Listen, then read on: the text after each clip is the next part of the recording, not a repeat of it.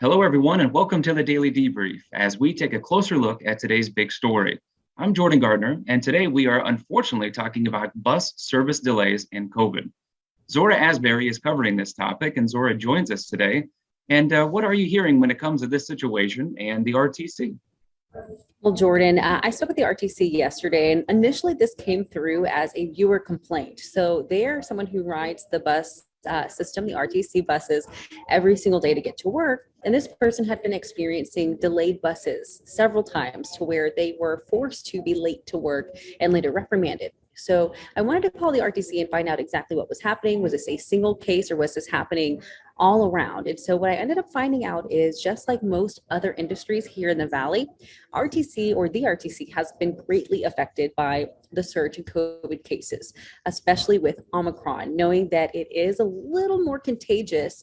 What's happening is some of these bus drivers are getting sick and having to call out. So what they're seeing is an issue with support staff that's able to step into those roles. So what they've had to do is sometimes they will have to send out alerts regarding service delays. And so that's kind of where we are here with riders getting those service delays, which will impact their travel. And so we're trying to figure out the best way that they can move forward and continue to receive service from the RTC.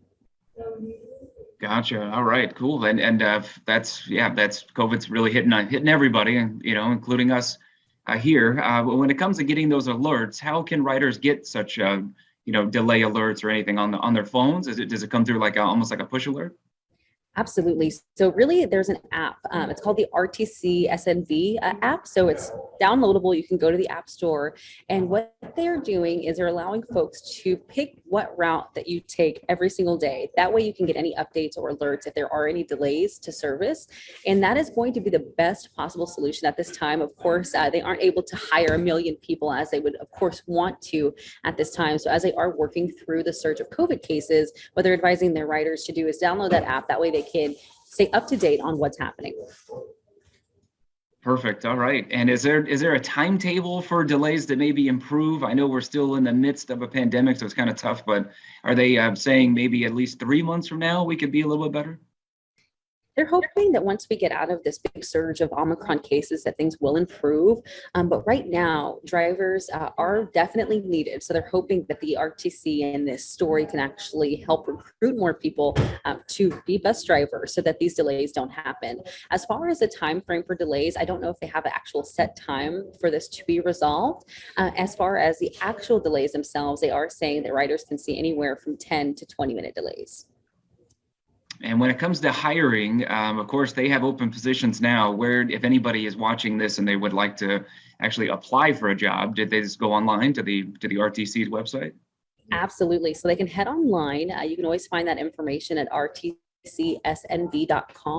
There you can find any job openings. You can file an application or fill out an application. But also if you're a writer and you're curious about the bus delays, that's a good place to start as well. Awesome. All right. And thank you. You already mentioned about the RTC app. Is there any other advice that you would give to say bus riders heading out the door today or later this week, of course, as obviously the pandemic continues? Any final advice you would give out to them? Absolutely. One thing that the RTC did mention is for riders to just be patient with their drivers. Of course, the drivers are not the ones who are responsible for the delays. In most cases, they're actually the ones that are kind of picking up the slack from folks that aren't at work because of COVID. So they're just asking that folks are mindful of that and respectful to the bus drivers because they do all that they can to get people where they need to be safely. All right. Well, Zora, thank you so much for joining us. And for those of you watching, please head over to ktmv.com for more on this report.